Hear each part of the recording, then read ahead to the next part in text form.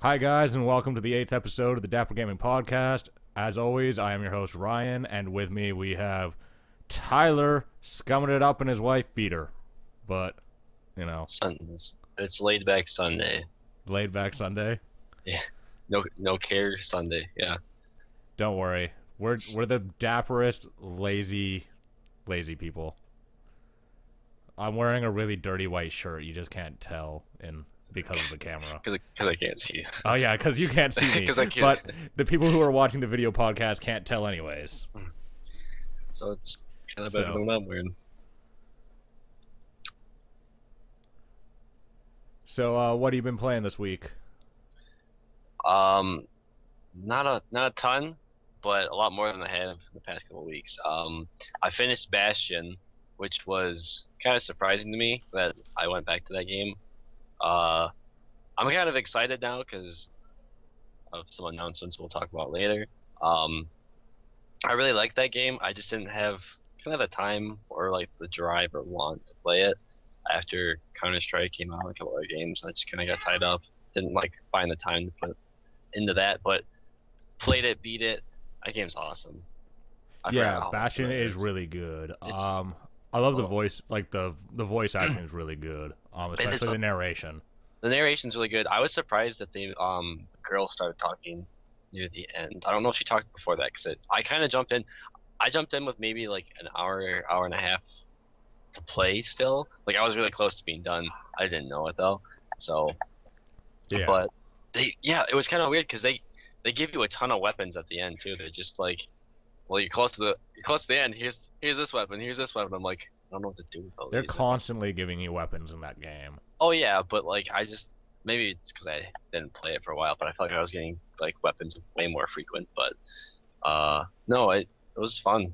The narration was really good. Then the story was cool. I kind of want to play it because, spoiler alert, there's 2 different endings. I think you can choose to stop the calamity, and then I don't know. There's another option, but I want to see both endings just because like this. There were cinematics, but I just want to see like those and the narration I want to hear too because that guy has an awesome voice. He's one of you can buy him as like a narrator for Dota 2 matches as like the announcer. And he said he has a narration in Dota 2 for basically every single champion's actions. That's good. I mean, yeah, like one of the more complete then. I don't really know. Are they not? I'd say he has more more announcements than the default announcer. Wow. That's cool. So I would definitely, if I started playing Dota, I'd definitely buy that. That would be the only thing I'd buy for that game.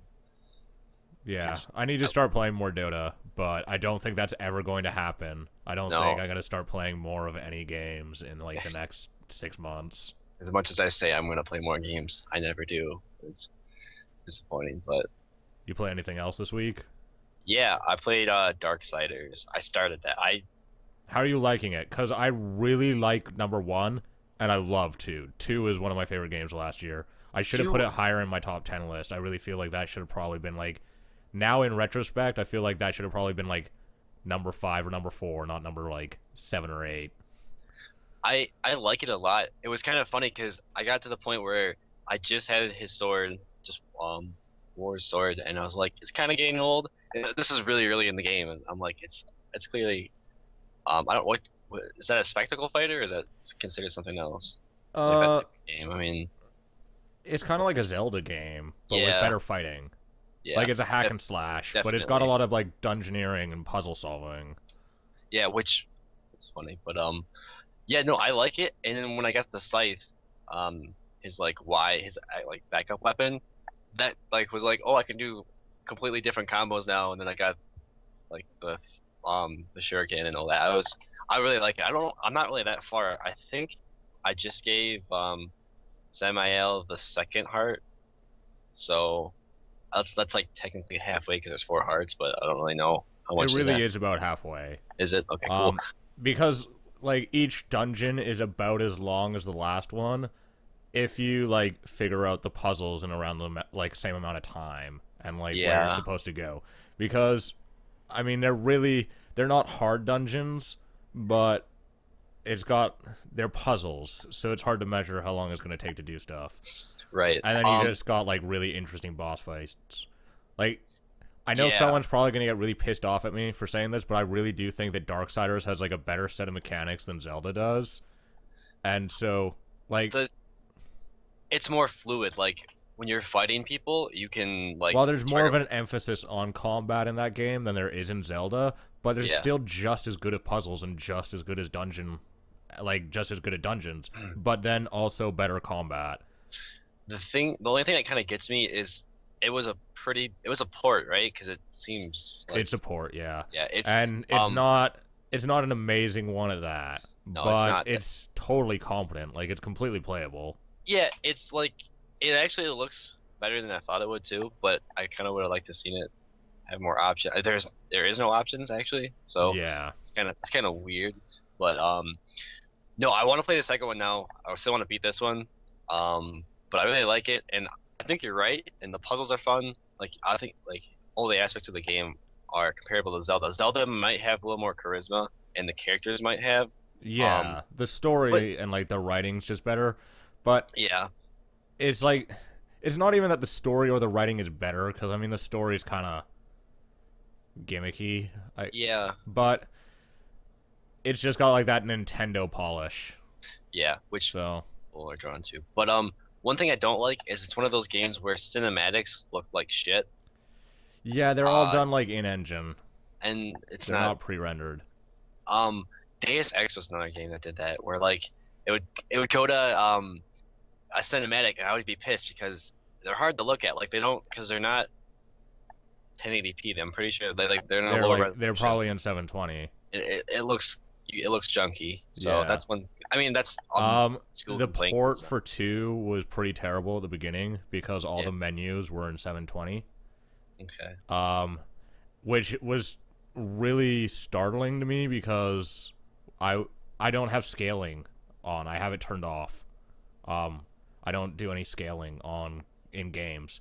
So I would go into menus and my like aspect ratio and everything would change. Well, not my aspect ratio because I mean it's still 16 by 9, but like it would get like letterboxed inside my Yeah. screen, and Oh, so like the resolution of the game was constantly changing. that's weird. They fixed that. They changed it in a patch. That's good. So, Yeah, but I'm the definitely interested. beginning, like the port was totally playable for 2 when it released. It's a lot better now. Um, It's kind of still expensive though, if I remember right. It's like $50 still, right? yes, but it constantly goes on sale. Does it? Okay, I'll have to keep my eyes out for that because It goes on Steam sales all the time. It was on sale a couple weeks ago for like 66% off with all the DLC, yeah. Well, that's I was which considering makes it buying like it. 15 bucks. I wouldn't expect it to ever go on sale for less than 66% because now that THQ is gone, I don't think Steam can negotiate a different sales price. And so like the one they have, if whoever like owns it right now, I'm not sure who owns it, agrees to like let it go on sale, then it'll go on sale for 66%. There's some games like one of the games that you never see on sale is like Vampire the Masquerade Bloodlines, which is an amazing game. If Yeah. you like the original Deus Ex and you like that, but you never see it go on sale because the company that owns it went bankrupt and Steam can't negotiate a sales price, so it Right. never goes on sale. I've seen it on sale once as part of like an Activision bundle for 10% off. Hmm. But I mean, the game's from like 2000, like 4, probably earlier than that. It was finished before Half-Life 2. It came out like the day after or the day of. So Yeah. Other than those two games, I played, or I actually bought Rayman Origins. how are you liking that?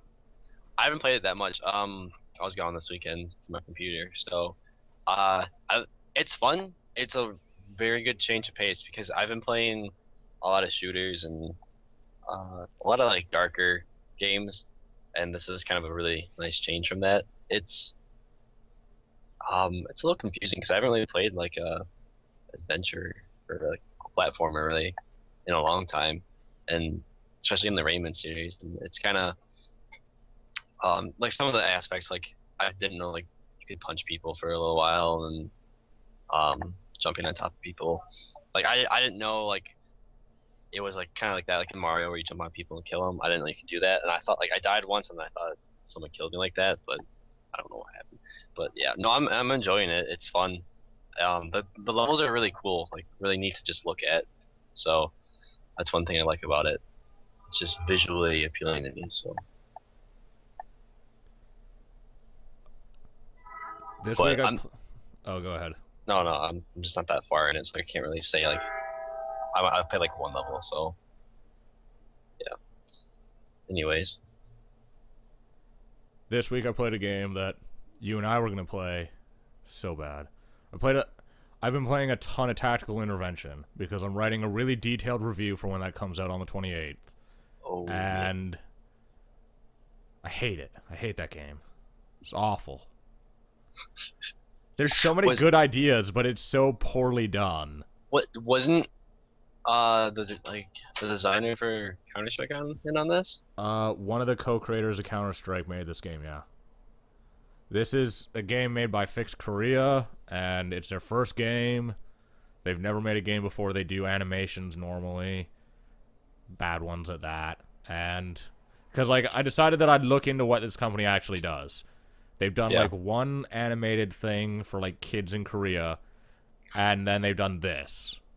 And this game just it looks bad graphically. It's really crappy. It looks worse than Source. It's built in the Source Really? engine. Yeah, it looks a lot worse than Source. The polygon counts on the models are really low. It's like a mix between. It's like halfway between 1.6 and Source. It's not good. And graphically, the game's atrocious. Even for a free to play, like this is not a good looking game. Which was pretty disappointing because this is supposed to be like the big. It's being published by this company called OGP or OG Planet. Yeah.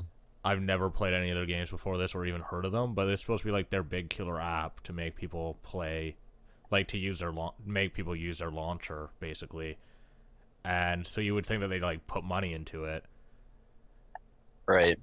And then there's also just a ton of mechanics. Like there's a lot of stuff to do in that game. You can drive, riot shields, human shields, hostage rescuing, bombs, dodge rolls, shooting mechanics, knifing, bashing people with your rifle, attack dogs, You can repelling, lean. leaning. There's just so much stuff in the game, and like the vast majority of it is like implemented on the like most basic level and has no polish. Like the game just lacks development time. It needs another year and another like couple $100,000 of art. That's lots to put. I mean, I don't know how much really goes into free to play games, but OG Planet is pretty reputable though. I mean, in the free to play market, I played. I mean, they used to have a couple games. I The don't know. problem is that the free to play market like is really there's real money put into those games now, right? Right. Like Team Fortress 2, Dota 2, League of Legends, um, those are big games. And if you're going in the free-to-play market, you still have to compete with them, regardless of whether or not you have money. Like, you can't just use the excuse of, oh, we're a free-to-play, so we don't have to look as good or play as well as AAA games. Well, the problem is that there's AAA games in the free-to-play market now, so you have to. Right. Otherwise, it's not worth playing them. Because I Definitely. could go play Team Fortress 2. I could go play a bunch of other stuff. And Right. this game is also hurt partially by being a free-to-play game. There's a stupid progression model where you have to rent guns. Mm. And you Yep. can't get them permanently. You have to rent them. So it's just like, basically you have to constantly play so that you have enough money to rent more guns. You can't just put it down, because if you put it down and stop playing it for a month and come back, you might not have enough points to buy guns, and then you're useless for several matches. Yeah. It's a poor version of a free to play game then. I mean, like Blacklight I would play again because visually it looks good. Has a lot of Visually, it different looks good. elements. The gameplay was cool. I like how they Yeah. handle. Like, I like it for a Call of Duty styled game. it does a better job than Call of Duty does at it, because it handles perks in a good way. The progression system's not completely retarded. There's just a lot there. But this is, like, basically comparing it to Counter-Strike, but it's not as good as any of the Counter-Strike games, except for maybe Condition Zero, which wasn't very good as a Counter-Strike game. Never played it, but yeah, I've heard it. So, like, for this, you might as well spend $5 on 1.6 and play that, or spend $15 on Global Offensive and play that, because they're still really popular, populated games, and they provide a better, like, tactical, team-based shooting experience than this does. That's too bad. I kind of had high hopes for it. I did too. They were talking a lot about how, like, it had really deep mechanics and there was a lot to learn as a shooting game. It took me like an hour to figure everything out. Yeah. Like, some guns are just blatantly better than others, and you just buy the good guns and then don't use the bad ones. Right. That's probably what they thought would take forever. People finding the good guns. Well, there's only like 6 guns, so... Oh. Never mind then. Yeah. It took me like 20 minutes to figure out, okay, this starter gun is useless because it does no damage and has insane spread and recoil. But this gun has reasonable spread and recoil and does a lot more damage. Well, this is directly better then. The game also does a really bad job of, like... It's got bad game feel and just bad shooting mechanics. The gunplay is just not very good. It doesn't convey the information well enough. Like, playing Counter-Strike, you can kind of feel where your bullets end up. Right. Like, you can feel that they're going up to the right, or that they're going, like... Or that, like, they're pocketing down in the bottom left corner like they do in... They don't do that in Source. They always go pocket top right corner. Whatever. Doesn't matter. But... Like, you can kind of feel where your bullets are going, and so, like, you can pull to adjust it because you've been playing long enough and you know what that is. In this, it, like, doesn't convey that information. It doesn't have that feel. So you're just, like, you spray and you're not really sure where your bullets are going because you can't see them. You can't see where they land. Like, there's no information. The game's not telling me what I need to know to play. Right.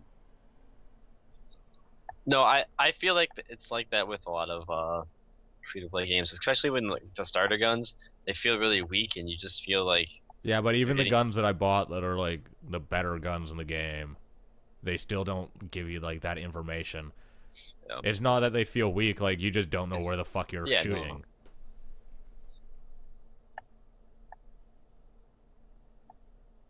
No. Anything else you played this week, then? Monster Hunter 3 Ultimate HD for Wii U. So good. That came out on Tuesday. It's all I've played since. And I put in 50 hours so far. Wow. Yeah, it's really good. It's a full-time job right there. Yeah, that is. The game came out on Tuesday. It's a huge... There's a lot of content that they added. It's a remake of Monster Hunter Tri and Monster Hunter Tri Portable, which was for PSP. Oh. Is that a Wii U exclusive then? It's Wii U and 3DS. Yeah. So Monster Hunter Tri had 35 monsters in it. Monster Hunter Tri Portable, I think, had 43. And this has 73. It's kind of a jump. Yeah, it's more than double the count of Tri.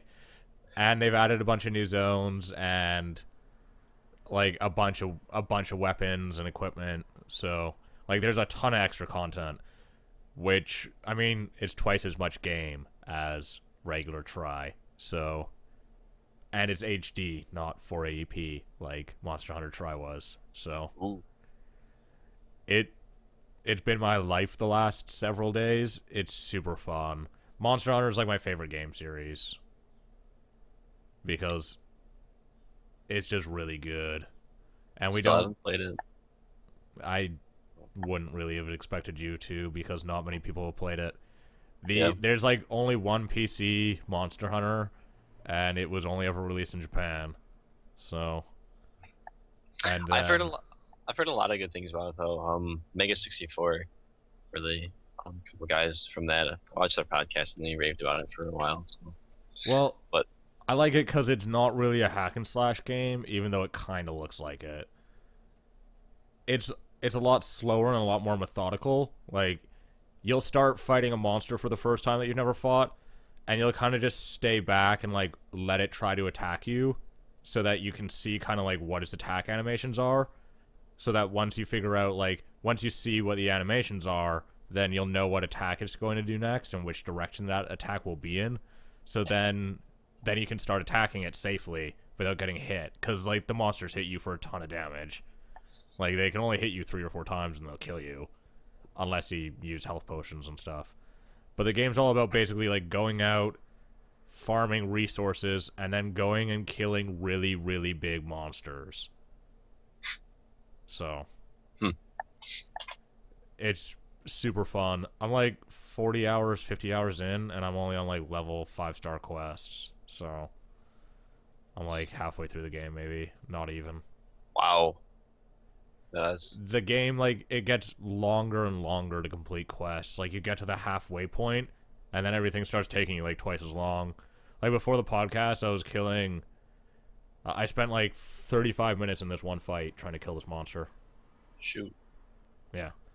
And I couldn't cut off his damn tail. One of the coolest parts about Monster Hunter is that you like cut off the parts of the monsters, and it makes them weaker because they need those parts to do like certain attacks. So if you like cut off their tail, then they can't like hit you with their tail anymore when you're behind them attacking. Makes sense.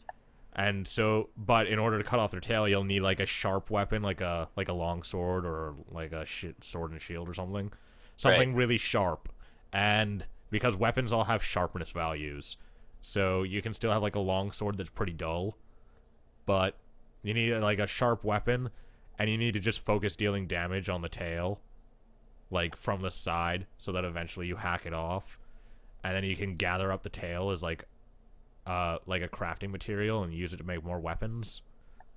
That's pretty sweet. Yeah, the game's really cool. The crafting system's kind of... It's really good in the context of the game. Like, but it's not... It could be better, but for what it, like... No, for this game, it's exactly what it needs to be. But it looks obtuse as shit, and you're not really sure what's going on. But that's because it's supposed to, like, make you experiment with throwing stuff together and, like, trying to figure out stuff. Because a lot of the time we'll be like, well, I want to build this sword because this is the upgrade. Well, you need, like, these 3 parts of monsters, and then you have to just go farm monsters until you get the 3 parts. And, like, certain parts only drop off certain monsters. And certain parts only drop off certain monsters if you kill them in a specific way. Like, if you need their tail, then you have to cut off their tail. Or you have to capture them instead of kill them. So is it kind of like cutscenes where like Pokemon, you know, where like you go into a fight, or is it like No. you free roam and you find? There's like you'll go into like a region, like the Southern Plains, which is just like it's this plain region. It's like Africa kind of. It's supposed to be like the Sahara, and it'll have like 8 zones within it that you can walk around through, and you have to like find the monster, and then when you start fighting it, if you injure it, it'll like run away to another zone and try to hide and like rest up and like eat stuff to heal itself. That's cool. And so like you have to throw pain, paintballs at it so that you can track it through the zones. Really? Yeah. So then like you'll throw stuff like paintballs at it and it'll tell you where in the region the monster is and show it on your minimap, and then you can go like track it down and kill it. It's really awesome. And if you like go into a zone to kill like a big monster and it's like sleeping, then you can like sneak up on it and like sneak attack it, because when a monster's sleeping, if you hit it, it does 3 times as much damage. Oh. So it's a really slow, methodical game, and like the fights are really big and epic, and you basically never fight small creatures. You always fight giant, big ass monsters. That's cool. That sounds like an awesome game. And the online's way better with the Wii U version. How does that? Do you like battle monsters you capture, or do you? How does that? you group up with other people and go kill really big monsters that have been like made harder for the online. That's cool. Is it is it good for the Wii, like the internet system, or the online? The Wii U version Yeah. is a lot better for the online. The Wii, it was really obtuse and backwards trying to like find people to play with. And this, you just add them with their like Nintendo ID, and they'll show up in your friends list, and you can invite them. And it's just a lot more stable. Plus, you want voice comms normally for a game like this. Right. So that like you can work with your team to flank the monster and like try to have one person contain aggro and like kite the monster around while the other people attack it. Yeah. And you like the gamepad has a microphone in it. Oh. So, and it has a speaker in it. So you can Works use out that. perfectly. It Whereas sounds a there lot was like no way to communicate over the Wii. yeah. It sounds a lot like kind of not an MMO, but in the sense like raiding a boss and that with people. But, Yeah, well, I mean, Monster obviously- Hunter has always been exactly how it is now since like 2004, and a lot of the ideas have been implemented in MMOs. There's even a Monster Hunter MMO, but it's only in Japan and Korea, Oh. which really sucks because it's Yeah. really good. But there's a few MMOs that came out last year that work a little bit like Monster Hunter, like Raiders, which we played for a little bit, and Yeah. Terra, but Terra not so much. Raiders a lot more. Except that they don't really take in the problem with those games is they don't adopt a similar they have a similar combat system, but they don't have a similar equipment system or class system. Right. In Monster Hunter, there's only two classes, Blade Master and Gunner. And it basically, Blade Masters wear heavier armor and use heavier weapons like great swords or gun lances and stuff like that. Because there's like 10 types of weapons in that, in Monster Hunter. Like you have great swords, you have long swords, you have sword and shield, you have switch axes, and just a bunch of stuff. And then like the Blade Masters wear like heavier armor and use bigger, heavier melee weapons, and the Gunners wear a lighter armor that has higher elemental resistances, and they use like lighter weapons like dual blades or bows or guns.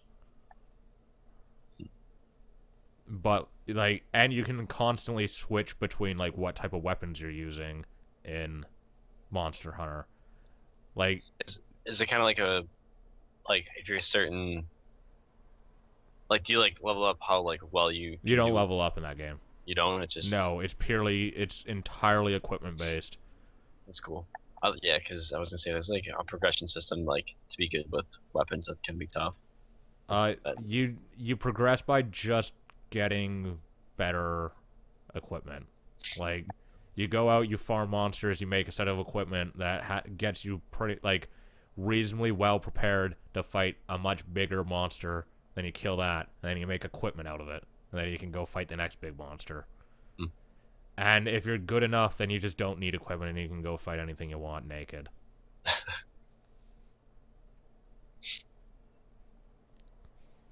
The 3DS version's apparently really good too, but I don't have a 3DS. But I'll probably get Monster Hunter on a 3DS in the near future because I'm planning on getting a 3DS. So sick.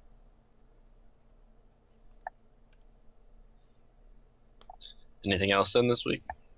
No, I don't think I played anything else this week because Monster Hunter is really addicting.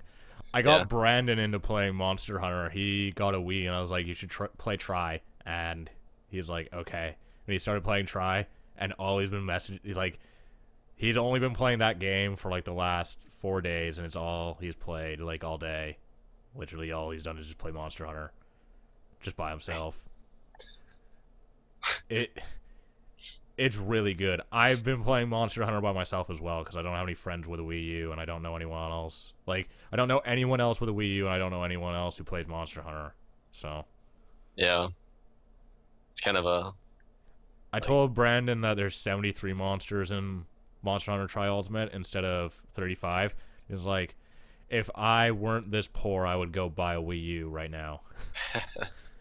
Because, like, once you start playing Monster Hunter, like, the thing about Monster Hunter is you get it or you don't get it. And if you play it and you're like, I really enjoy this, then you're instantly hooked and it becomes a system seller for you because it's really good and it never gets old because there's no story or anything, right? You're just going and killing really big-ass monsters. Like, the story is, your job is to go kill big monsters to protect the village. Go kill big monsters. But it's also got like a really slow burner though. Like, the first 2 to 3 hours are boring and not very fun because it's teaching you like everything that you're supposed to be doing when you go out to kill big monsters. Like catching bugs and mining and gathering honey and picking flowers. But no, it's just super fun. If you ever get a system that has a Monster Hunter game on it, I highly suggest that you buy it and play that game. I will. At least for 5 hours. Because like by 5 hours it'll start getting good. Well, by 3 hours it should start getting good. So I have a Wii, but I don't have it up here, so next year look into it. You wanna move on to actual topics? Actual topics. Sure. So, it's been 2 weeks since the last podcast because we didn't do one last week, but we talked about Piston. Yep. And now then like 2 days later, they gave a lot more details about Piston. Mm-hmm. So we've got the actual specs here, and we'll talk a bit about those and how horrendous they are for $1,000. So, the Kai 3 Piston it costs $1,000 and they were taking pre-orders for $900 at South by Southwest Interactive or whatever. Yep. The actual specs is that where is it? Yeah, it's a 7000 series GPU, like a Radeon 7000 series GPU, but the specific one I heard it is a 7600G, which is actually a mobile card. It's a laptop card. To say that's yeah. Okay. Yeah. That's weird. So it's a laptop card, and it's not a particularly good one at that. It's one that can run Crysis 3 on normal at 13 FPS. Excellent. Yeah. Actually, it might be Crysis 3 on high, not on medium. But certainly not on extreme. Yeah. And it uses an AMD Trinity 3.2 gigahertz quad core. Yes. And then it's got 8 gigs of DDR3. So we've got a pretty good quad core in there. It's a laptop one, so I mean it's not the fastest, but it's reasonably okay on heat. But they put the shittiest GPU in there. Like the worst one that you could pretty much put in there. Yeah, that's and call surprising. it like a gaming computer. Right. So yeah. I was really worried for a bit because I was like, Valve, you can't do this. You're making us all look retarded. You can't put out a gaming PC that is actually a hunk of shit and charge $1,000 for it. Because these specs are hilariously bad.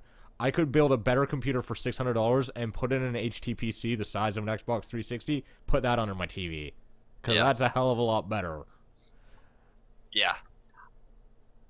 But then Valve says, hey guys, we don't have anything to do with this. This isn't backed by us. This isn't a Steam box. This is just their computer that they made.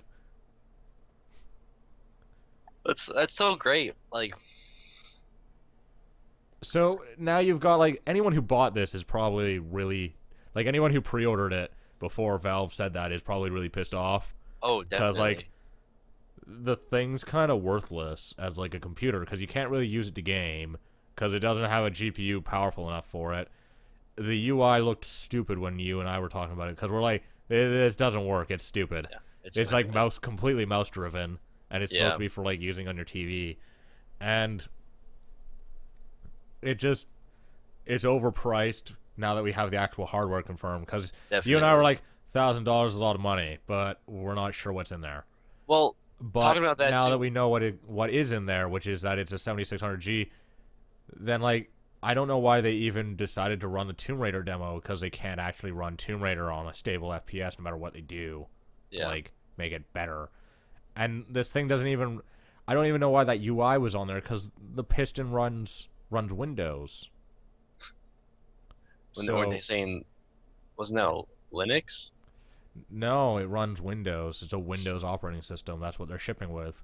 Oh, what? Yeah, they're shipping with Windows 8, I think. Oh. Yeah. Okay, that's confusing then. Like, this is literally... Yeah. It's kind of an...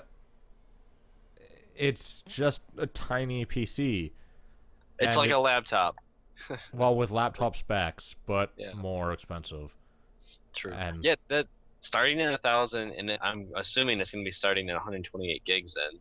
yeah, that's with a 128 gig SSD, which isn't even that much, especially if you want to like play games, because most games are 10 to 15 gigs now.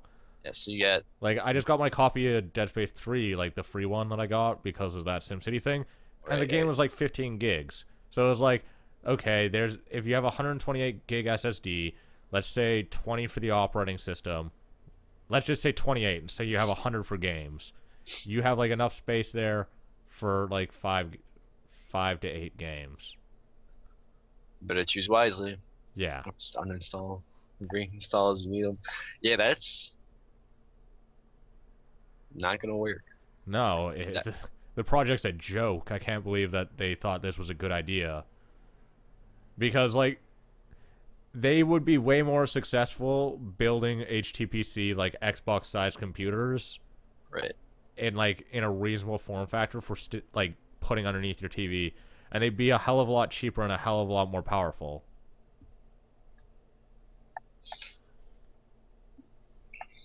Yeah, and I'm also kind of like confused that Valve didn't really take their time on like announcing that, but I don't think they were like They took their time. yeah, They showed off one of the pistons at CES and said, this is something we're looking at as a prototype. And then, like, Kai3 or however you pronounce it, XI3, have been talking about this for months. And, like, talking about how big, like, the Steam box is and all this stuff. And everyone's been saying, like, oh, well, this is what a Steam box is because this is what we were shown at CES. And after they started taking money for them, under, like, plus, like, Piston's kind of an eluding name. It implies something. And so, like, this thing finally they start taking money for this, and Valve's like, oh, we better tell people this isn't a Steam box. yeah. So it's just like, it wouldn't be an issue, though, if Valve was just more transparent about what they are, like, what they're doing. Because, like, they have this whole mystery thing. Yeah. They're mysterious. And they just never say what the fuck they're doing. Right.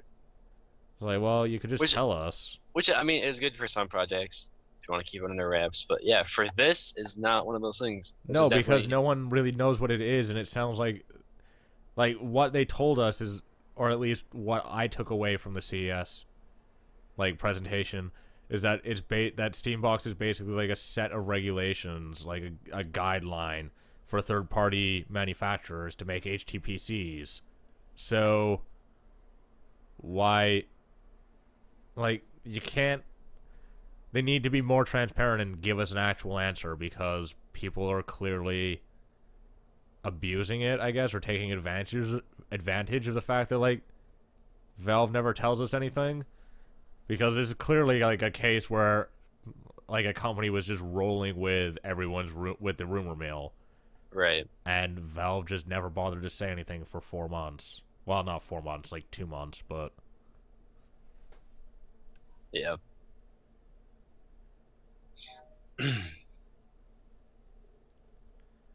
You want to move on to this next piece of amazing news? Huh? Oh, yeah.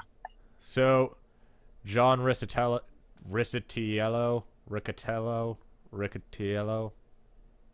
Marcello? John. So, Big John, Big Papa John quit EA this week. He left EA. He resigned as the CEO after the Simdenberg debacle. Well, That's what I'm dubbing it, even though no one else called it that. No, Some it'll people catch. called it Simgate, which is retarded. Yeah, no, Simdenberg will catch on It eventually. will. It'll be a big thing. It'll be in history books. It will be. Right next to the Tortanic. Which is the other reason why he stepped down. So basically, he stepped down because EA has not been even remotely close to as profitable as they like projected they would be over the last couple years. Yeah. And he's also the guy who greenlit the Old Republic, which is one of the biggest debacles and largest failures in gaming ever. Yep. Because you don't sink $400 million into a game and make it go free to play in less than a year after and have never made a profit on it. So, there's that. Yeah. Plus, his company's gone awfully anti-consumer in the last several years. True. And they seem to lie about stuff. Mostly Maxis constantly lying about the SimCity thing, like about it not being able to be played in offline, and then that one guy modding it to be able to play in offline. Yep. Just overall, like, they've been in the news a lot, and it's never been a huge success story. Sorry, Tyler, I need to stop you for a second. You need to lower your camera slightly. Uh-oh. Oh, yeah, okay. Hold up. Because you started slouching, and now your face is underneath the border. Oh, no. Okay, then. Excellent. It's back to normal, yeah. I'm just exhausted. Yeah, no, they haven't really had any good things in the news lately. You haven't heard, like, oh, EA's doing awesome. From, like, I think starting from the Mass Effect scan, like that whole Mass Effect 3 thing, onward, I haven't heard anything positive. I mean, Battlefield 3, I don't know if that came out before or after Mass Effect 3. Came out after or before Mass Effect 3, quite a bit before. Seems like one of their more successful stories, but Battlefield 3 is like their only really good, like their only success in probably since Dragon Age 1, in my opinions. Like, you had Dragon Age 1, which, for the people who did play it, thought it was really good, because it was. And then you got Dragon Age 2, which was awful. Everyone flipped shit about that. Then you get Battlefield 3, which wasn't as good as Battlefield 2, or as good as Bad Company. Like, it was just okay, but it was a really big console success. On the PC side, it's like, it's a good game, but it's not as good as its predecessors in a lot of ways. But they were never in, like, but the console version's a lot better than its predecessors. Because Battlefield 2 on Xbox or whatever it was on was terrible. Yeah. But then you get Dragon Age 2, Mass Effect 3, SimCity, The Old Republic. How's Crisis faring? Is it Crisis 2 was bad. Crisis 3 was good. The campaign was a lot better than 2's. It's good. It's the part I like about the multiplayer was bad. But I wasn't expecting it to be okay. Yeah. I played it for like 2 hours and was like, this is terribly balanced and has a really atrocious progression system. Okay then, well, let's not play this anymore. Yeah.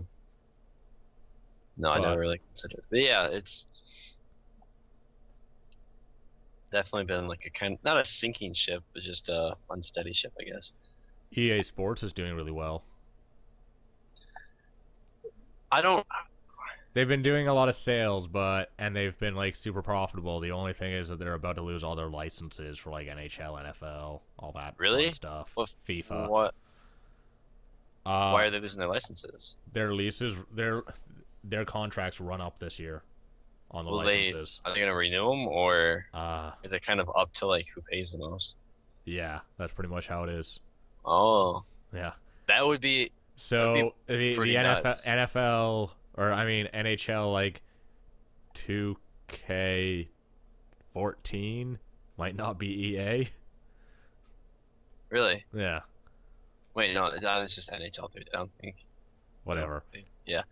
You know what's cool about that though? This is What? completely off topic. NHL hits could come back. One of the best hockey games ever invented. Just saying. Well, only if the company that made that gets the NHL license again. You know who it was? I'm pretty sure it was THQ. Well, then they're not getting it. Well, EA better buy it then. But I don't know. It's not. What does this mean for EA then that he stepped down? Like maybe They're someone trying to else find is a new CEO. It might be in-house. If they pick someone in-house, it's probably going to be the lead of the EA Sports because they're always profitable and he's done a good job with them over the last several years. Yeah. If it's out of house, I have no clue who it's going to be. Yeah, that could be anybody. But if it's in-house, I'm going to assume it's the guy from EA Sports because he makes money. Yeah. For the company. It's kind of important. And no one else does.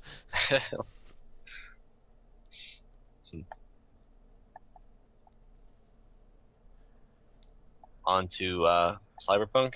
Yeah, we got a lot of topics this week, so let's just try to like grind through some of these. Cyberpunk 2077 will have multiplayer. Confirmed. Hopefully. Sort of confirmed. Yeah. Eurogamer released that. Like, this is from the Eurogamer article where they say they will have it, but everyone else said they might have it, and they came out at the same time. So Eurogamer maybe Eurogamer knows something from that exact same interview that everyone quoted that no one else does. But they're looking into doing multiplayer in Cyberpunk 2077, which I hope they do because I like multiplayer RPGs. Like, I don't like MMORPGs because they're generally immersion breaking. Like, they're not good RPGs. Right. But you can do a good RPG with multiplayer. It just has to not be a fantasy one. You mean like swords and like? Well, like, you couldn't make Skyrim a multiplayer game without ruining any like amount of immersion that you would have. Even though that game's not really like an immersive game, I would say, because it's about finding stupid bugs and being a jerk. Because you are like the most powerful, basically. Like you are that person, and if someone else came along, and be kind of like, whoa. Yeah, well, also partially because of like the NPCs talk in a specific way, and like there's a mood and a setting and an atmosphere they're trying to set up, right, and like create. And another player would destroy that by talking like how you and I talk and just being a dick. But in a game like Cyberpunk, like with the settings of future, like a cyberpunk futuristic setting, so you can have people talking however they're going to talk, and it's not an immersion breaker, right? And because of how the gameplay is about shooting and kind of stuff like that, like you could work together with the person that you're playing with and actually create and actually go through scenarios and be mildly tactical. Right, and, that's true. You could make this actually work. You wouldn't. It's something you could do in Skyrim, but it's not something you should do in Skyrim. Right. It would be like adding multiplayer in The Witcher. That's another thing. Like, it's something you could do, but you shouldn't because it's a stupid idea. It's very dungeon based too, and it's kind of they would have to redesign the entire dungeons to accommodate that because. Well, like Witcher 3's open world, so you wouldn't have that. That's true. Well, I mean, like Skyrim. Same thing with like Skyrim, yeah. But like this game's setting is appropriate for having multiplayer in as like an RPG, because RPGs are really hard to put any kind of multiplayer aspect into them because of how the gameplay is and how the story plays out and all that stuff. But you could actually do it in this, so I'm pleased that they are. Definitely, no, they didn't. Did they say like is it cooperative? It's not like. It would be cooperative stuff, I think. Good. Love that stuff. I mean, they didn't specify. Maybe it'll just be Cyberpunk plus a really terrible Call of Duty online kind of thing. Which I think CD Projekt would be smarter than that and not do that. But. Yeah, I think that of everyone who's making games right now, they're not the person to tack on shitty multiplayer onto their game. Yeah. Because they're financially independent, they self-publish and they have a ton of money to make whatever they want. So they could do this and make something interesting. Right.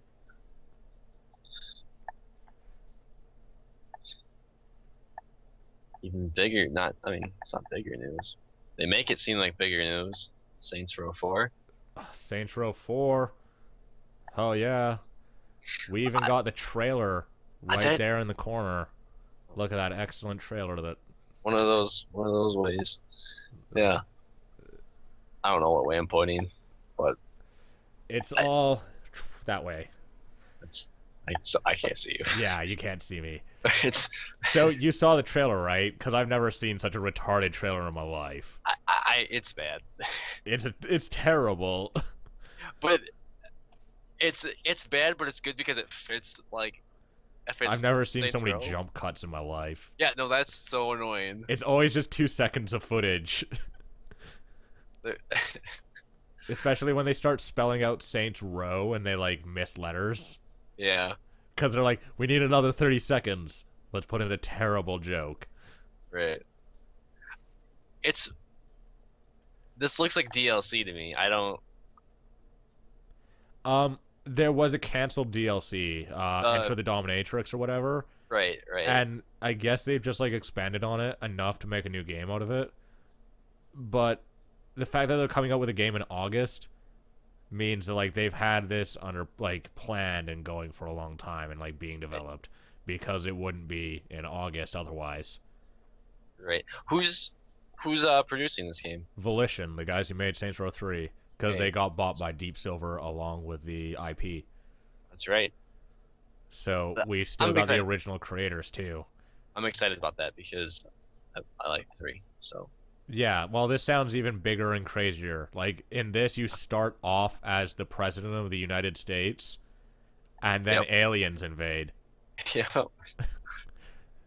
So, I'm I'm going to be playing more Saints Row, I guess, because it just keeps getting crazier and stupider, which is perfect for that kind of game. yeah. Like, It's a nice break from like a more serious tone of Grand Theft Auto. Like well, it's I the want anti-Grand Theft Auto is the right. thing.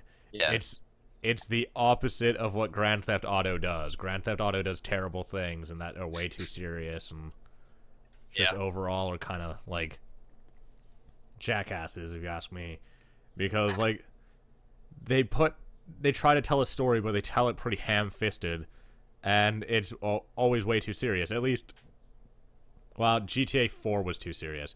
It wasn't always too serious. I mean, 3, right. San Andreas, all that stuff, it was pretty good, but the original 4 was terrible. Ballad of Gay Tony was amazing.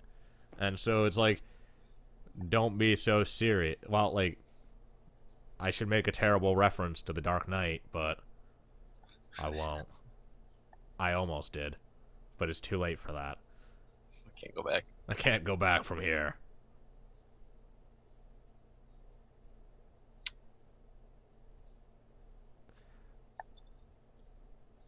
Hmm. On to some Blizzard stuff. We could do that.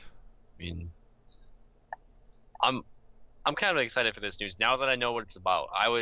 When I heard about it, I thought it was physical trading cards.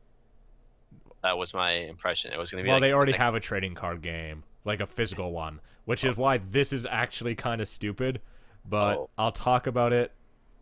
So we'll give some background.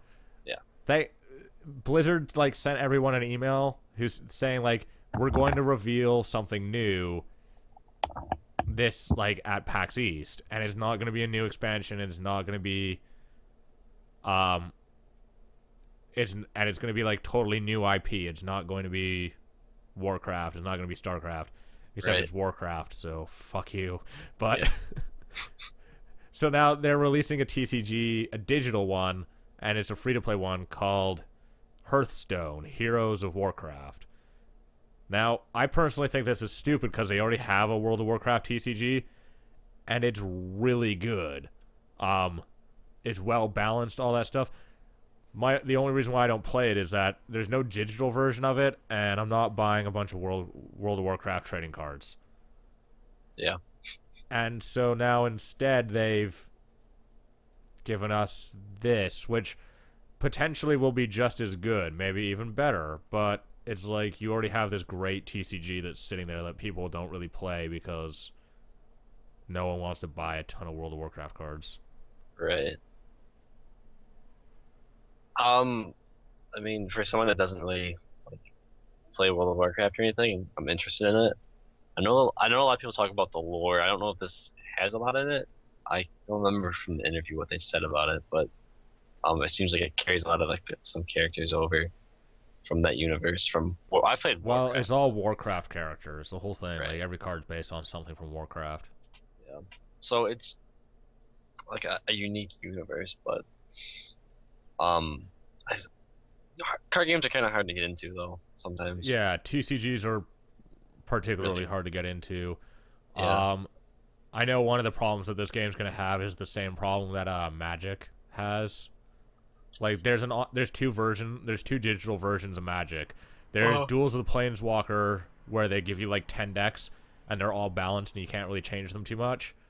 And then there's the one where you have every single card in the game, but you have to like buy them. Like digitally purchase them. Yeah. Well, And okay. the thing And about that is that people complain that it's pay to win, but it's like, while TCGs have always been that, but Right. also where you pay a shitload of money and don't necessarily get the card that you wanted. So, like, you can't really complain about pay to win until you played a real TCG because those fucking things are like the ultimate. Like they're the pinnacle of pay to win. You pay a bunch Right. of money and you maybe get the cards that you want, but if you sink even more money, eventually you'll get the cards you want and then you can have a really strong deck that rapes people. Right. Well, that's what I'm wondering. If this is free to play, they probably have intentions of you buying cards then, Yeah, that's exactly what's going to happen. and it's kind of And then people will complain about it being pay to win, but it's just like, it's a free to it's a but free it's to a play game. TCG, so I mean, expect it to be like that. It's not. Don't go in there thinking like, oh, like I can get all the same cards everyone else is gonna get. Like it's, I mean, it's common by now. So, um, that's kind of weird because I heard a lot of people when they heard about the announcement that Blizzard's going to announce the announcement for the announcement, people were thinking Titan, a new. I think it's an MMO, but they're yeah, it's like their new MMO that's not based on anything they've done before, and it's like, whatever. yeah. To be That's honest, dope. I just want a World of Warcraft 2. Like, I've been playing so many MMOs lately for MMO Attack. Like, I've been playing a ton of Neverwinter. I've been playing just a bunch of different stuff. And I came to this realization when I was like Neverwinter first beta week, and I was like, you know what? World of Warcraft has always had the best dungeons and the best raids, and I really want to play more of that. But I just don't want to play like the current systems in World of Warcraft are just really outdated, Yeah. and I really want to play like it's still better than everything else from a gameplay like standpoint, Right. but I can't go back to playing it because I just haven't played it in so long that I don't even have the new expansion, so this is like whatever. But I do Yeah. want to eventually get back to it, and I'd rather just see like a World of Warcraft 2 where they wipe everyone and make us start over. Maybe neat. not terribly casualize and fuck the raids. Give me some vanilla style content with the 40 mans. Because I think I could start raiding again for 20 hours a week and being a terrible human being and spending $15 a month. I think I could do that. Yeah. I think I could justify it in my head. So I would actually really like to see just like a World of Warcraft 2. Yeah. Just do it. It's tell them, email them, call them. They'll make it. I'll pitch it as a game idea. I'll Yeah. give them a design doc and everything. So listen to this. World of Warcraft 2. What? Yeah. How do you make No, a second World of Warcraft? What happened to the first World of Warcraft? We never thought of that one. This guy's a genius. Yeah, it would work. Really? I'm just waiting for the Titan announcement where they're like, World of Warcraft 2. And I'm like, yes! Called And it. everyone else is just like, boo. The funny thing about this TCG is that back in like 2010, there was this roadmap posted online. It was a Blizzard game like release roadmap for like the next 4 or 5 years, and they called a digital TCG being released by Blizzard this year, and they haven't been wrong on the roadmap at all. They got StarCraft 2's release. They got all the expansions, and one of the scary things is that there's supposed to be like 4 more World of Warcraft expansions. I'm just like, damn it. Ooh. So yeah. No, I have heard about that. So that's scary. Yeah, so You might be stuck without a World of Warcraft too. damn. Can only hope. Can only hope there's a World of Warcraft 2 in the next 2 years. Or Capcom releases the Monster Hunter MMO. That'd be amazing. Yes. I'd spend $30 a month in subscriptions on that. Wow. Yeah. Wow. No, couldn't do it. No? No, couldn't. That's a lot of money. Yeah, now that I think about it, I think I could only play Monster Hunter for like 2 months, then I have to stop playing.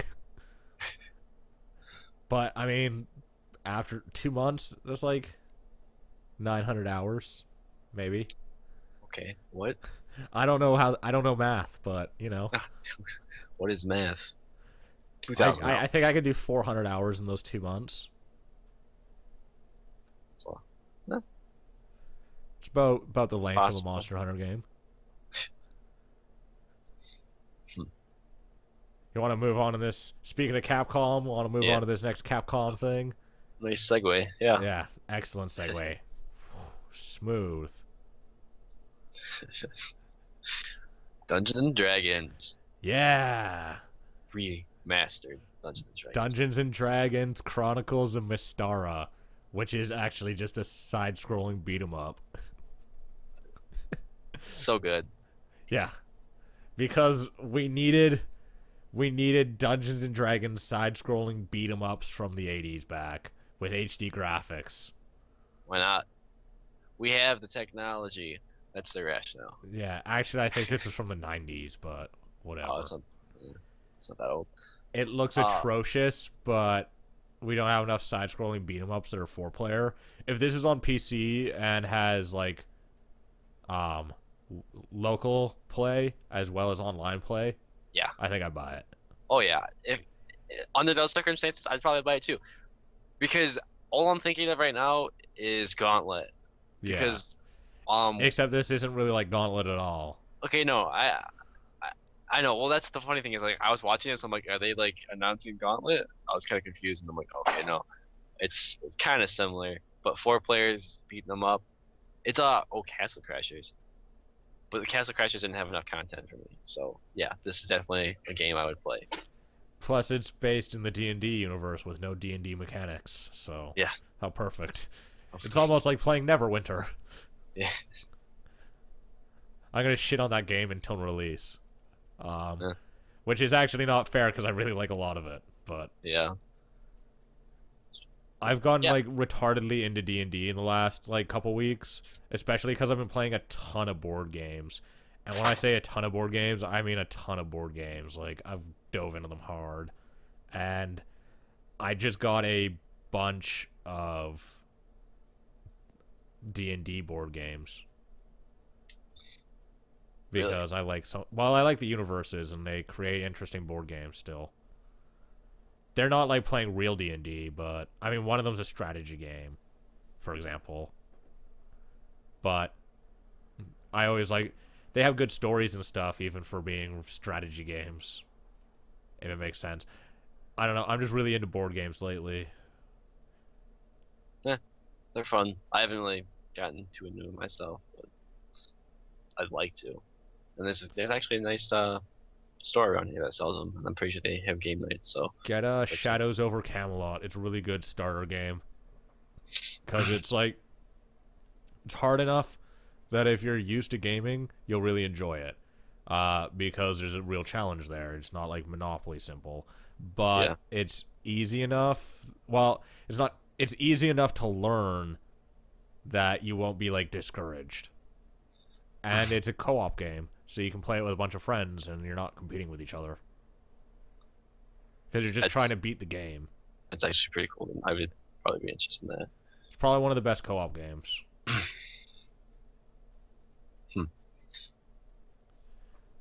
On to the biggest announcement we have tonight, I think. Oh, Personally? it's definitely the biggest announcement. So, Supergiant, they just announced their next game just like a day or two before PAX, and they have a complete playable demo at PAX. It's like the first level. Yeah. They announced their game Transistor, which Oof. now I just took the uncommentated like demo footage that Total Biscuit made. So I'm just gonna give him credit for this video footage. That's why there's that watermark. Don't sue me. Thank you. But I mean, like I watched the demo. The sound quality is really good. The art's amazing. Like Yeah, you look at it and you're like, that looks like Bastion, but it looks like a completely different game still. Yep. Like it's a similar style, but it's most definitely not Bastion. Yeah. Which is exactly what I wanted to see, because that art in Bastion was just incredible. Like I've never seen anything like it. It was just I mean, and I played it recently too, so it's just like it's fresh. I love that stuff. Um, I don't know. It's this. I didn't really watch any of the demo, but like I've been following Supergiant lately. What's it? There's not like a narrator like this Bastion, is there? Or like voiceovers. He's back. He is back. He is voiceovering. He's the sword in Transistor. Like Transistor's named after this weapon called the Transistor, and it's just basically a sword, and he's the voice of the sword. Yeah, I can dig that. That's awesome. It's they get there's a certain aspect of Bastion though when he's narrating, it it feels like no other game I've played. You know, like the way that like the narrator like narrates what you do and what happens to your character, and like the connection you make with the kid. I don't know. It's cool. I'm excited for this game. Yeah. I'm pissed I didn't go to PAX. I wanted to go to PAX real bad, and like the fact that this is there too, like just made it even worse. This looks crazy. Um. Yeah, they have the narrator back, but he like isn't saying what's happening. He like tells you what to do. Okay. And the combat system's completely different. I would describe it as pause and play if you haven't seen the demo yet. I'm like kind of like skipping through it. Is it not like a Fire Emblem, but like, no, it's that's such a bad. I reference that game all the time, but I have no idea what that combat's like. yeah, which is why it's like No, no. no, because there was one. It's like Valkyria Chronicles kind of, which came out last year, I think. There was one. Okay, there was a Fire Emblem for the Game Boy Advance. I don't know if it was like Fire Emblem Tactics or what, but like I don't know. Anyways, it's like what you said. Valkyria Chronicles, I think, is what it was called, or Valkyrie Chronicles. It came out last year. It was pretty. It's a good game. This is basically like pause and play mechanics. You have like this ability where you can queue up like what you're gonna do, and then your character does them. Okay. Or you can fight in real time. But fighting in real time, like you end up taking a lot of damage, and you do it a lot worse. Like, and you just overall fight a hell of a lot worse than when you like use the pause and play mechanics. Yeah. Now, the only reason why I say pause and play, because this isn't really pause and play, but it takes a lot of the same ideas as pause and play. When you do like pause and play, when you play a game like Dragon Age 1, for example, Dragon Age Origins, that's a pause and play game. Because like you pause, you queue up a bunch of abilities, you unpause it, your characters execute them, and then you can keep doing stuff in real time. And that's essentially what's going on here. So it definitely looks interesting. I saw some more actual gameplay and combat. It looks really interesting, and that's something like I haven't really played too many like adventure games like Bastion, and that was really neat as well. Just like the style of gameplay and the fact that you can switch it up. I wonder if they'll do anything like that, like weapon wise. You seem to just get like more abilities as you play through the game. Like the Transistor gets more abilities, but you're not getting rid of the Transistor. That's the thing about Bastion. Is that like you could get away with mashing keys, which like that game got button mashy. You can mash keys and you could be rewarded for it. And this, because like it's a slower, more methodical game, that's not the case. So one thing I did like about Bastion was the idols and how there was a set difficulty you set and then you could make it even harder with those. I hope they do something similar to that. That was really neat to me. It was cool. Yeah, basically like challenge mode idols. Yeah. Right. Yeah, this looks awesome. Did they announce like a estimated like release time? 2014. Oh, that's right. Wow, that's a long time. Maybe early 2014. I can't remember what they said specifically, Hmm. but 2004. Like I can't remember. It says it at the end of the demo. It says early 2014, I think, but 2014, and they don't have a platform yet. But I'm just gonna assume it's gonna be on PC, Yeah, and definitely. I'm gonna assume it's gonna be on Xbox because of the interface. Right. Yeah, that makes sense too. Because Hmm. like I don't know, they use the same colors and button names as they do on the Xbox, and the Xbox is the only one that uses those. So So, yeah, it's safe. I think it's safe to assume. yeah, maybe we get a Wii U version. Maybe we get a PS3 version. I could Maybe we see a get a PS4 version and a Wii U 720 version would be version. pretty neat if you think about it. So, Well, I would assume that they wouldn't do much more to change it. it'd be cool. Yeah. I mean, We'll see what yeah, they do. We'll see what yeah. they release on. But We got a while. Bastion was really good, and I'm liking. I like the pause. I like pause and play games, so I'm excited for this because I think that I'll probably enjoy this more than I enjoyed Bastion's combat. Yeah. I'm with you there. At the end, it kind of got very button mashy, and I strayed to using one weapon or a set of weapons rather than like going through them. So I kind of like the fact that there is just one weapon in this, like that we know of, and that you level it up or it gets new abilities. I think that's a better way to go about it, but at the same time, they could also add like a lot of uniqueness, like because I mean, there's not a lot to know about this game yet, so Pretty much. yeah. Hmm. Last topic. Let's do it. Might and Magic Might and Magic X X Legacy X Legacy. The X from Ubisoft. sells it. And the X doesn't stand for 10 because this series doesn't go to 10. So I'm excited for this because it's a dungeon crawler. It's an old school dungeon crawler. If you didn't read up on it, No, I watched the you just watch like the trailer. yeah, short clip on it. Yep. Okay. Yeah, I didn't link the other parts, did I? No, yeah, there's an article Oh, I here did. I with some linked an article. screenshots.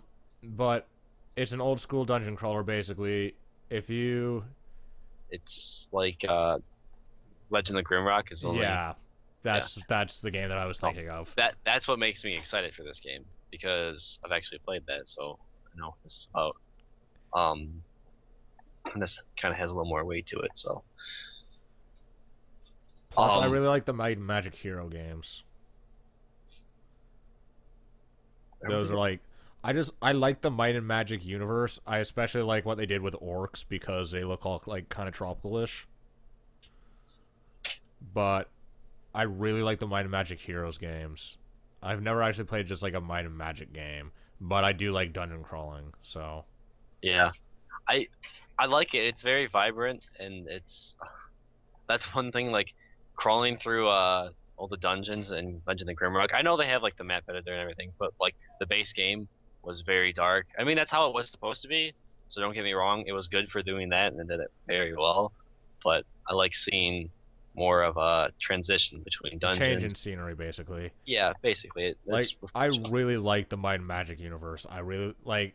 I find it lively. I like all the characters. I like the dwarves. I like the orcs. I like the dragons. Like, I just like the way that universe is, and I like Yeah, everything that's in it. And so I am totally prepared to dungeon crawl through it. I'll have to look into it in like that universe more because I haven't played a single thing. We should play Might and Magic Heroes games one day on stream.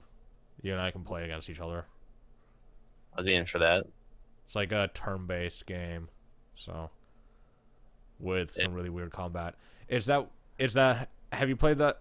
Okay, I pretty much know all my friends who play this game but don't actually know what like what Might and Magic Heroes are. But like you're a hero and you run around on the map, and then like when you run into stuff, you have like that tile-based, turn-based combat where like the two people are on each side of the field. Yeah, and you kind of like you can only move a certain amount, and Yeah. yeah, You no, probably like, you probably played one if you like have looked at it. Like if you looked at a screenshot, you'd be like, I probably played one of these games. yeah, Because I mean everyone has, but you and I should consider buying one of them if they go on sale or something. We'll play the online. do it. I'm fine with that. Because I don't have the older ones, but I have the new one, which is pretty okay. Oh Um, wow, yeah, no, the covers for them don't really um they kind of throw me off. Like I'm looking at 5 right now. I don't know what the gameplay is like, but the covers. Oh yeah, the covers look really different. Like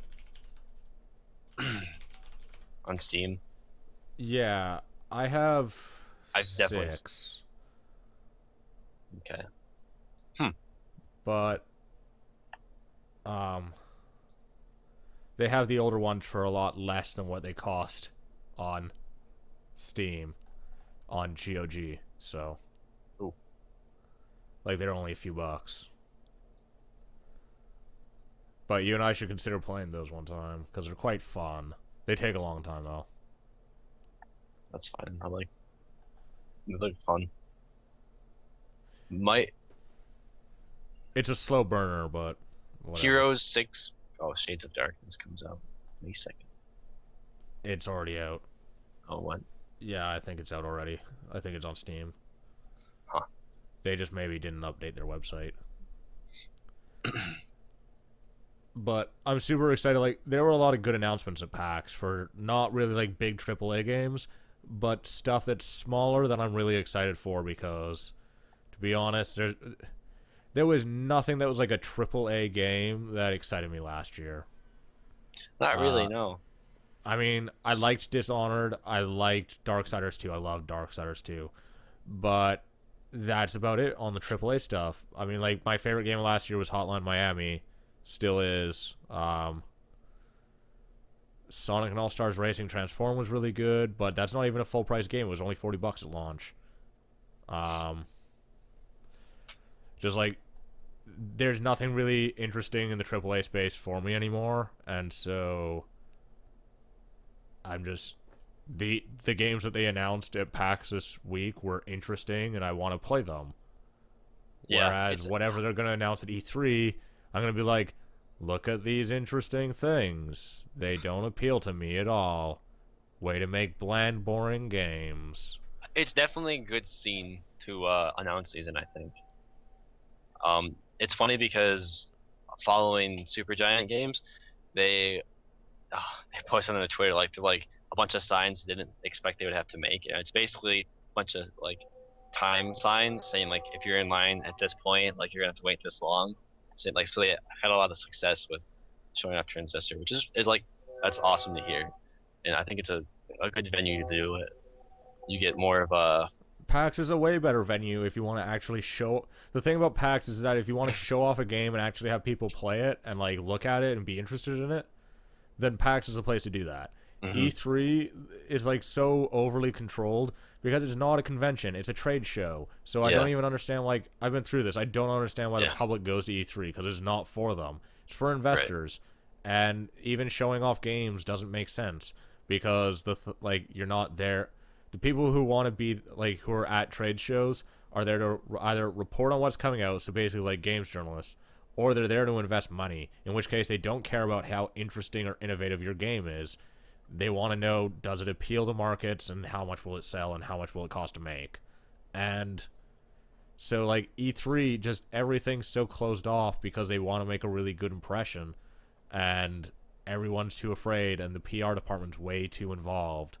Whereas like people go to PAX and it's just like a bunch of devs standing around in a booth like want to see our game, and then they show it off.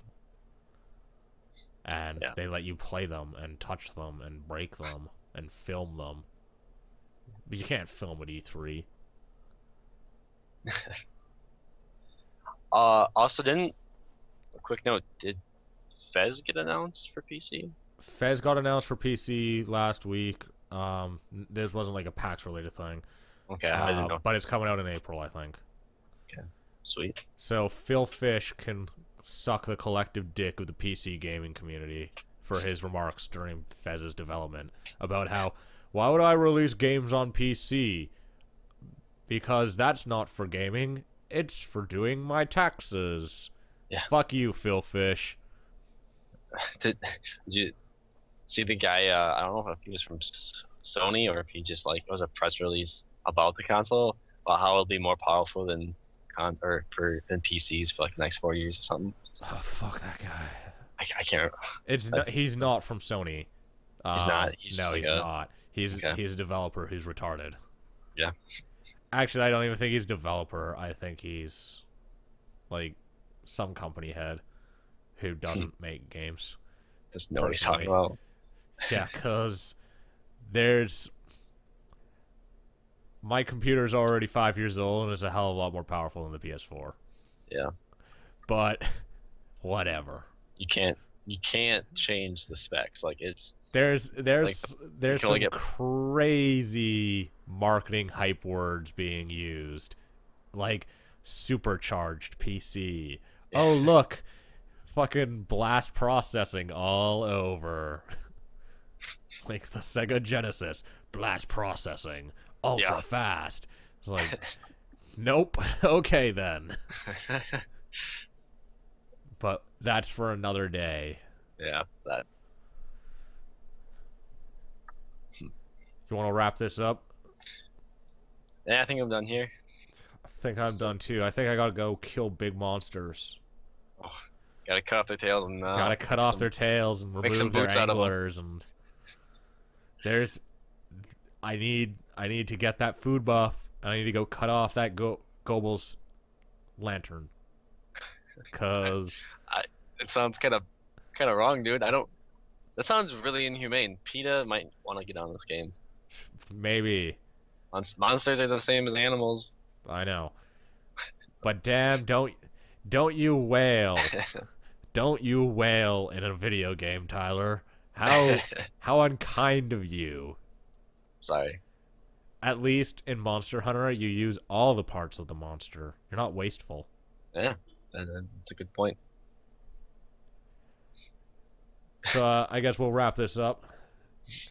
Thank you guys for watching and or listening to the 9th episode of the Dapper Gaming Podcast. I've been your host, Ryan. With me, as always, has been Tyler. We appreciate you listening, and next week will be episode 10, Big O10. Big O, Big O10. The Big 10. You could say O10. It's still 10. We're gonna do bigger and better things than we've ever done before. Yeah. I'm gonna not wear a dirty shirt. I'm gonna wear a clean one. I'll be fully clothed next time. Excellent. Might wear a tie. Who knows? Tune in and find out. We even have a guest, but you'll find out next week because they're a lot bigger and more popular than me. But maybe not me. You'll find out. Maybe not Tyler. Tyler's world renowned. Yep. Okay. Thanks for listening, and good night, or afternoon, or morning. Depends when you're listening.